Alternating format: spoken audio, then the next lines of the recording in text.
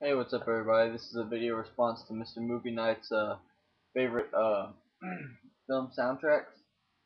And so I picked the movies. I didn't pick the movies that I went for the original score of the movies, but the actual soundtrack to the movies, like maybe music they used in the movies. And these are just some of them that I picked out. I'm sure I'm missing a few of them, but I tried my best to get all the ones I thought had the best soundtrack. So I'll go ahead and go through these. First one here is a comedy starring Ryan Reynolds and Tara Reid, which is Van Wilder.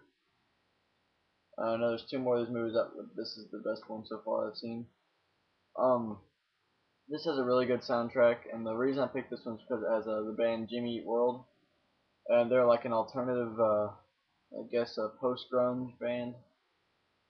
Uh, some people call them emo music. I don't know, but they're not very heavy at all. They're just kind of like, I call them alternative, but that's the reason I picked that one, because Jimmy Eat World, they used their Bleed American album in this movie a lot. So check this one out if you like alternative music for the soundtrack. Um, all three of these have a good soundtrack to them, and it is the American Pie movies. All three of them have good soundtracks. I know the first two American Pies, Blink-182, had songs in them. They didn't do a song for American Wedding.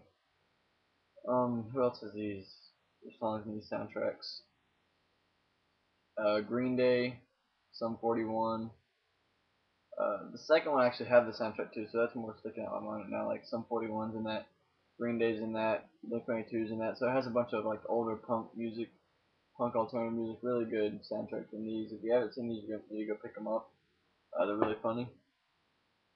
All right. I guess I'll just go ahead and go through all my comedies first. So then I got next one I have is Dazed and Confused, which has a bunch of 70s music in it.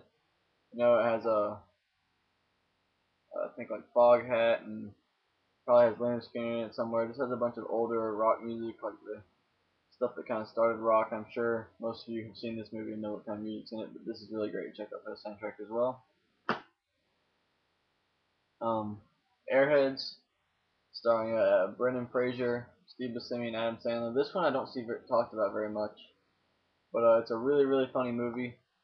It's about three guys starting a band, and they like take over a radio station. And I don't want to say too much to give anything away, but it's a really, really funny movie. So definitely go buy this if you can find it. Has a great soundtrack to it. And I know there's one scene where they're in a club, and White Zombie's performing in the club, which is really cool. Definitely go check this one out. All right, now we get into my action. Well, I only picked one, but it's Triple X starring Vin Diesel. State of the Union, which is a sequel to this, sucked.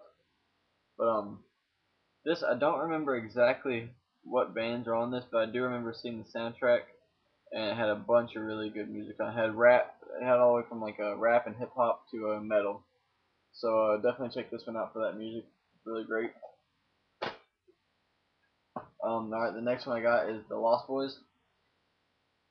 I picked this soundtrack because it has a really good 80s soundtrack to it, well, which I like. Just all the 80s music in here.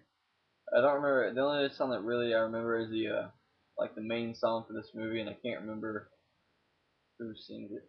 It's like called like Cry Little Sister or something. Really good movie though. Really great soundtrack, so definitely check out Lost Boys if you haven't seen it. Alright, and this one I picked out because it has a bunch of really good music on it. And it's Freddy vs. Jason, has a bunch of newer metal to it. There's actually a thing in here for the soundtrack.